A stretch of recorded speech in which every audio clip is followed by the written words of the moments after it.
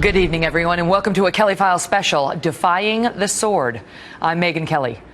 On a warm Sunday evening, May 3rd of this year, two would-be jihadis armed with assault-style weapons and dressed in bulletproof vests drove more than 1,000 miles from Phoenix to Texas to attack an event they saw as an insult to the Muslim faith. 30-year-old Elton Simpson and his roommate, 34-year-old Nadir Sufi, were reportedly sympathetic to the Islamic State terror group, and Simpson had been on the FBI's radar for some years. The two were killed in the attempted attack, but they did succeed in touching off a new and heated debate about radical Islam and how best to confront it. The pair had targeted a cartoon contest that featured caricatures of Muhammad, considered a prophet by Muslims. Followers of Islam deemed that any physical depiction of him, even a positive one, is blasphemous. Immediately after the incident, a number of people started criticizing the event organizers, Pam Geller included, for, quote, going too far and, quote, deliberately provoking, even inviting the attack. We'll get to that issue just a little later in the show. But first comes the question of how best to deal with a dangerous faction within Islam, which is attracting new converts like Simpson and Sufi every day. In recent months, we have spoken with several Muslims and former Muslims who have become leading voices for reforming their faith. They have risked much to take this stand, to defy the sword of the radicals, and have suffered anger, scorn, even death threats as a result. Tonight, you will meet them, hear what they think about the problem, and learn why they do what they do, knowing it could cost them everything. Trace Gallagher starts us off tonight with the story of a woman by the name of Ayaan Hirsi Ali. From her biggest advocates, Ayaan Hirsi Ali receives the highest praise. From her strongest detractors, she receives death threats. And day to day, she has no idea which side she'll come in contact with. And yet she continues to fight for women and against Islam, because she says it's where her journey has brought her. I remember distinctly as a teenager when we just used to be regular Muslims, and when things started to change and members of our own community started to preach. They called it da'wah. And what they were preaching was hostile to women.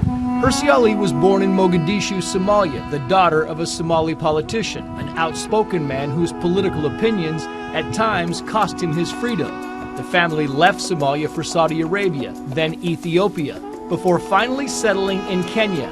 Throughout her school years, she received a strict Muslim education. But in 1992, to escape what she says was an arranged marriage to a distant cousin, Hirsi Ali fled to the Netherlands and was given political asylum. After graduating with a master's in political science, Hirsi Ali became a critic of Islam and the Dutch government. But it wasn't until 9/11, after listening to Osama bin Laden cite the Quran to justify the attacks, did Hirsi Ali become completely disenchanted with Islam, saying it must be defeated and crushed. In 2003, she ran for and won a seat in the Dutch parliament, championing immigration reform, while still fighting for the rights of Muslim women and against the abuse of young Muslim girls for being subjected to female genital mutilation, something her father also opposed. But because he was in prison, Hirsi Ali's maternal grandmother had the procedure performed on her at the age of 5. Female genital mutilation is practiced for the same reason that girls are locked up, the same reason that there are child brides, the same reason that we are supposed to cover ourselves from head to toe. It's this obsession with controlling our sexuality. Oh Allah. In 2004, she worked with filmmaker Theo Van Gogh to create Submission, depicting Islam as a religion that abuses women.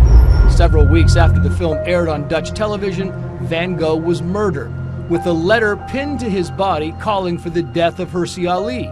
She was asked on the Kelly File about any regrets in making the film. Do you wish you hadn't made the movie? Absolutely not. Absolutely not. I feel the only way to really fight, the only way we have a chance of fighting these barbarians is by talking about it, by expressing ourselves. And it's worth it to you, despite the danger that has obviously been posed to your own life. It is worth to me because I love life more than I love death. They love death. that message is so much stronger than anything they put out there. In 2005, Time magazine named Hirsi Ali one of the world's 100 most influential people. In 2006, Reader's Digest named her European of the Year. She is now a fellow at the Kennedy School of Government at Harvard University. She has also written several books, has regular and often controversial speaking engagements, and founded an organization for women's rights. Hirsi Ali now claims to have a better understanding of radical Islam. You actually do understand this ideology. I understand it, and they make it very clear what it is that motivates them. Joining me now, Ayaan Hirsi Ali, the founder of the Ayaan Hirsi Ali Foundation and author of the new book, Heretic: Why Islam Needs a Reformation Now. Ayaan, great to see you. Thank you so much for having me on again. This is a very bold, brave book, and you go right to the heart of it, talking about how the problem, in your view, is within the Islamic faith itself. You're calling for a reformation that is a 5-point plan, and at the heart of the plan, one of the things that you push is that the Islamic faith needs to get rid of Sharia law. In response, the critics say that guts the entire faith altogether. You're asking Muslims to turn into atheists. Is that a fair charge? I think it's an unfair charge, because in considering these 5 amendments that I'm proposing, I asked myself the question that some of my Muslim students asked me when they challenged me and said, if you take this out, what's going to be left of Islam? Well, praying 5 times a day is going to be left. Fasting in the month of Ramadan, taking care of the poor. If you want to go to Mecca, you can do all of that, and you can confess to believing in one God and Muhammad being his prophet. And if you do those things, you can still be a Muslim, along with all the other traditions and rituals of, you can enjoy religion as a function of community and as a source of spirituality without hurting other people. But you want to get rid of, you want to change people's attitudes towards the Quran. You want people to believe and focus more on life after death as opposed to death after life. Well, I'll rephrase it. I want people to emphasize life before death as opposed to life after death. This life after death thing, we've created a narrative of death. You have mothers ululating when their sons kill people and in the process die. They celebrate them because there's this belief that was developed over years that if you die, you're going to be rewarded in heaven, and that reward is clearly spelled out. And we need to get rid of that. We need for Muslims to say, especially American Muslims, Western Muslims, to distance themselves from that narrative of death. Let's talk about you and your story, because Trace walked us through it and what happened to you. I mean, from the mutilation all the way through to the murder of Theo Van Gogh with a knife in his chest, calling for your murder. And to this day, your life is threatened and in jeopardy because you have spoken out. How do you do it, Ayaan? I mean, under such threat 24/7. Yeah. And when we see that it's not like these terrorists are standing down. I mean, we see these murders just in Texas, the attempted murder for just drawing Muhammad, never mind saying what you say. How do you do it?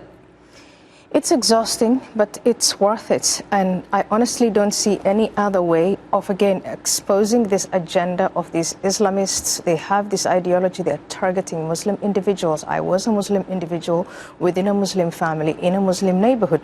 They penetrated our neighborhood and our schools. And they convinced me as a teenager that this was a better narrative for humanity. Right, there was a time that you believed as they believe. Exactly. And I was convinced, and I didn't have my faculties of critical thinking developed.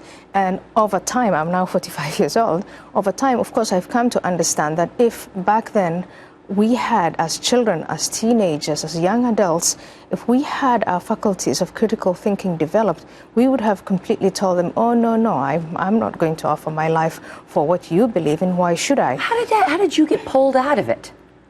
And in many ways, of course, I was fortunate, but I have had the fortune to be educated. I left the path that my father chose for me. I didn't go to Canada to live with the husband that he picked for me.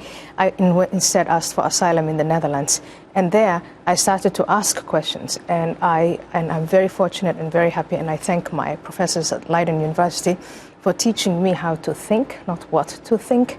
And by the time 9/11 came around and I was 31 years old, I thought, goodness, do I agree with what these young men did? No, I did not. But then that means I'm distancing myself from the Quran and from the Prophet Muhammad. But if I do that, I'll go along with my conscience. And so I had this conflict between my own conscience and what I was being told, by my God in the Quran and by my Prophet. And I decided to go along with my conscience. We're going to have much more with Ayaan Hirsi Ali in a moment. Stand by, because